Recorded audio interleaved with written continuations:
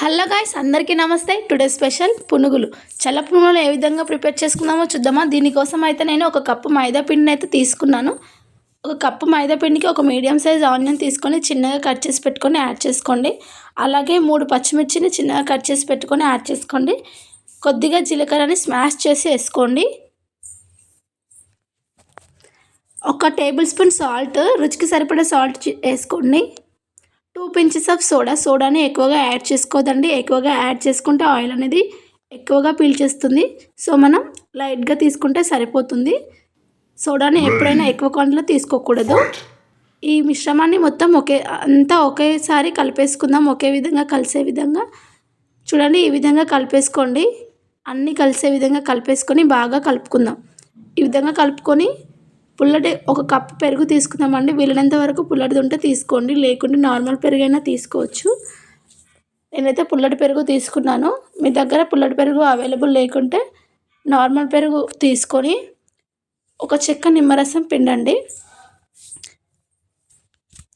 ఇలా పిండేసి ఒక 20 to 30 మినిట్స్ స్టోర్ చేసుకోండి.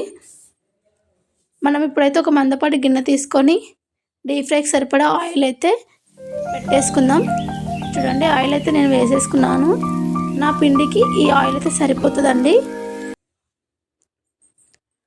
మీరు కూడా ఎంత ఆయిల్ పడుతుందో అంత ఆయిల్ వేసుకోండి.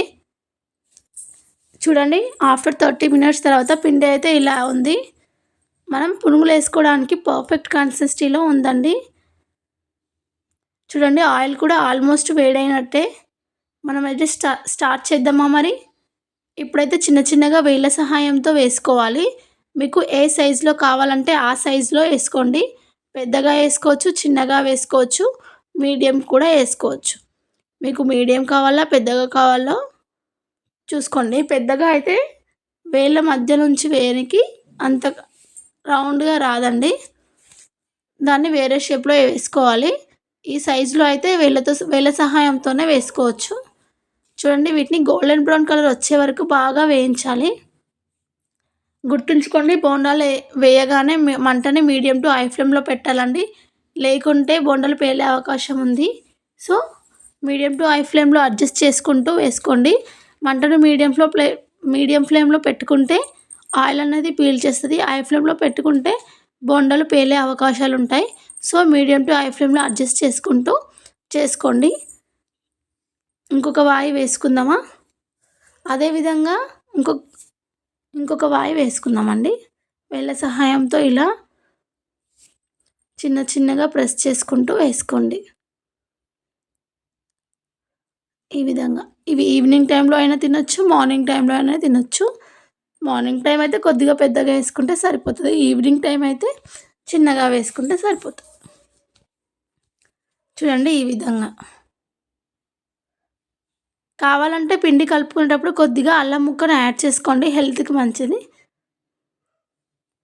ఈ విధంగా వేసుకొని జాగ్రత్త అండి, బోండాలు పేలిపోతాయి. పిండి సరిగ్గా కలిపామనుకో అలాంటి ప్రాబ్లం ఏమి ఉండదు.